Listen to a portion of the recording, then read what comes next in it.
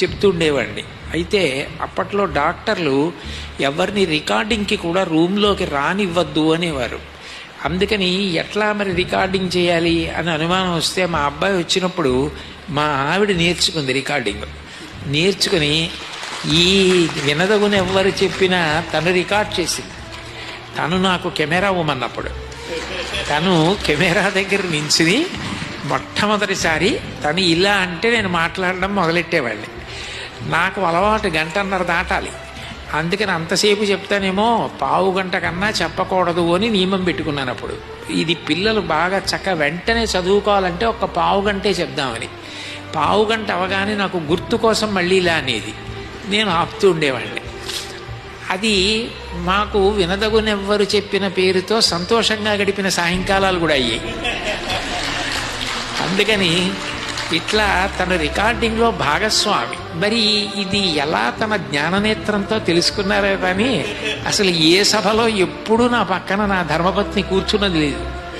మొట్టమొదటిసారి ఈ గ్రంథావిష్కరణ సభలో అది కూడా కూర్చుంది. కానీ దానికి అది యోగ్యురాలు. ఎందుకంటే పాపం నా కోసమని ఎన్ని మాటలు ఇవాళ సాయంకాలం 5 గంటలకి రికార్డింగ్ ఇస్తాను, లేకపోతే నాకు ఇవాళ 5 గంటలకి వేరే ఏదో చదువుకుందాం అనుకున్నాను, లేకపోతే ఏదో కాసేపు ఇతర పని పెట్టుకున్నాను, అందుకని ఇవాళ మధ్యాహ్నం 3 గంటలకి రికార్డింగ్ చేద్దాం ఈశ్వరి అంటే పాపం పడుకున్నది కూడా లేచి మేడ మీదకి వెళ్ళి ఏసీ వేసి కెమెరాకున్న కవర్ అంతా తీసి అన్నీ సిద్ధం చేసి చెమట పట్టేసి మాట్లాడితే బాగుండదని ఎండ ఎక్కువగా ఉంటే ఏసీ బాగా ఆన్ అయి చల్లబడ్డాక నాకు కబురు చేసేది రమ్మనండి అయిందని. అప్పుడు నేను పెళ్లి కొడుకులా పంచకట్టుకుని లాల్చీ వేసుకుని పైకి వెళ్ళి నేను ఏసీలో కూర్చుంటే అది పాపం చెమట తుడుచుకుంటూ మొదలెట్టండి అని బొటన వేలు చూపించేది. నేను మాట్లాడడం అది రికార్డ్ చేయడం అదో ముచ్చటగా ఉండేది కొన్నాళ్ళు. అలా ఇది నిజానికి నా ఒక్కడిది కాదు, నాది రికార్డ్ చేసింది భారతం, తను రికార్డ్ చేసింది చాలా భాగం. ఈ వినదగునెవ్వరు చెప్పినా చాలా భాగం తనే రికార్డ్ చేసింది.